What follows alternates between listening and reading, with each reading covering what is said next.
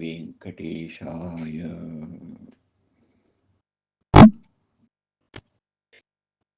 సాధన సోపానంలో కలిసి నడుస్తున్న సాధక మిత్రులందరికీ నమస్సుమాంజలి. మోహన రూప శతకంలో అర్చన అనే రెండవ భాగంలో కేశవనామాలను వాటి అర్థాన్ని భావిస్తూ రోజుకు ఒక్క నామం చొప్పున 24 నామాలను స్మరించుకున్నాం. వీటిని శ్రద్ధగా వింటూ మీ హృదయ స్పందనను అనేక విధాల తెలియజేస్తూ ఈ కార్యక్రమాన్ని పట్టుదలతో ముందుకు సాగిస్తున్న మీ సహనశీలానికి అభినందనలు, అభివందనములు.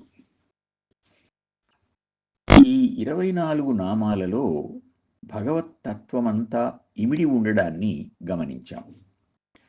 వేదాల చివరి భాగాలైన ఉపనిషత్తుల్లోనూ, బ్రహ్మసూత్రాలలోనూ, భగవద్గీతలోనూ చెప్పిన తత్వ సారాంశం మనకు ఈ కేశవనామాల్లోనే కనిపిస్తుంది.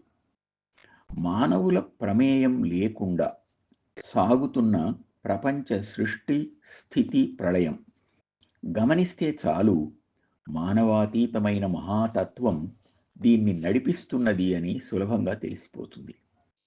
కేశవాయ నమః అన్నప్పుడే కశ్చ అశ్చ ఈశశ్చ బ్రహ్మ విష్ణు శివాత్మక పరబ్రహ్మ దర్శనం లభిస్తుంది.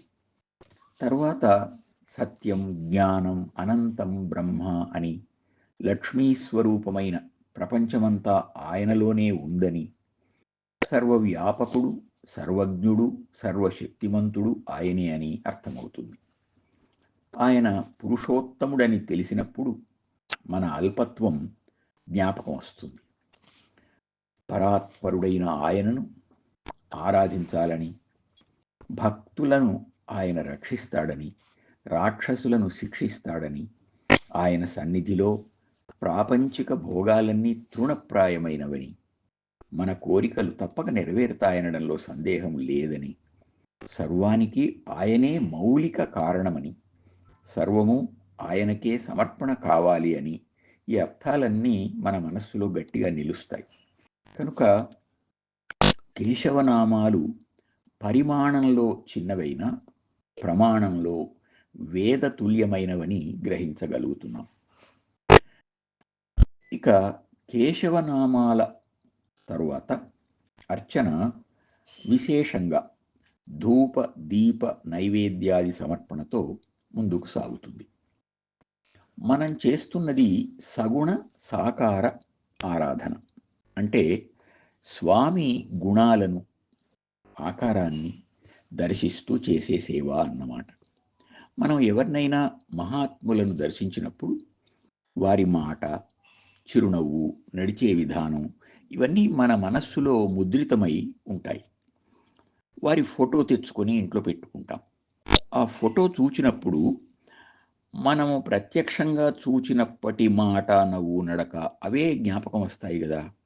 అలాగే మనం పూజించే స్వామి నడచొచ్చినట్లు, కూర్చున్నట్లు, నవ్వినట్లు, మాట్లాడుతున్నట్లు గుర్తించే ప్రయత్నం చేయాలి. మనకు ఏదో జన్మజన్మల సంబంధం వల్ల భగవంతుడు ఈ స్వామి రూపంలో మన పూజా మందిరంలో చేరి ఉన్నాడు.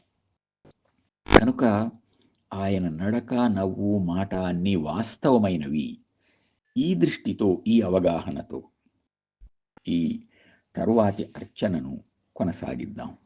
స్వామి అనుగ్రహం కోసం ప్రార్థిద్దాం. ఓం నమో వెంకటేశాయ.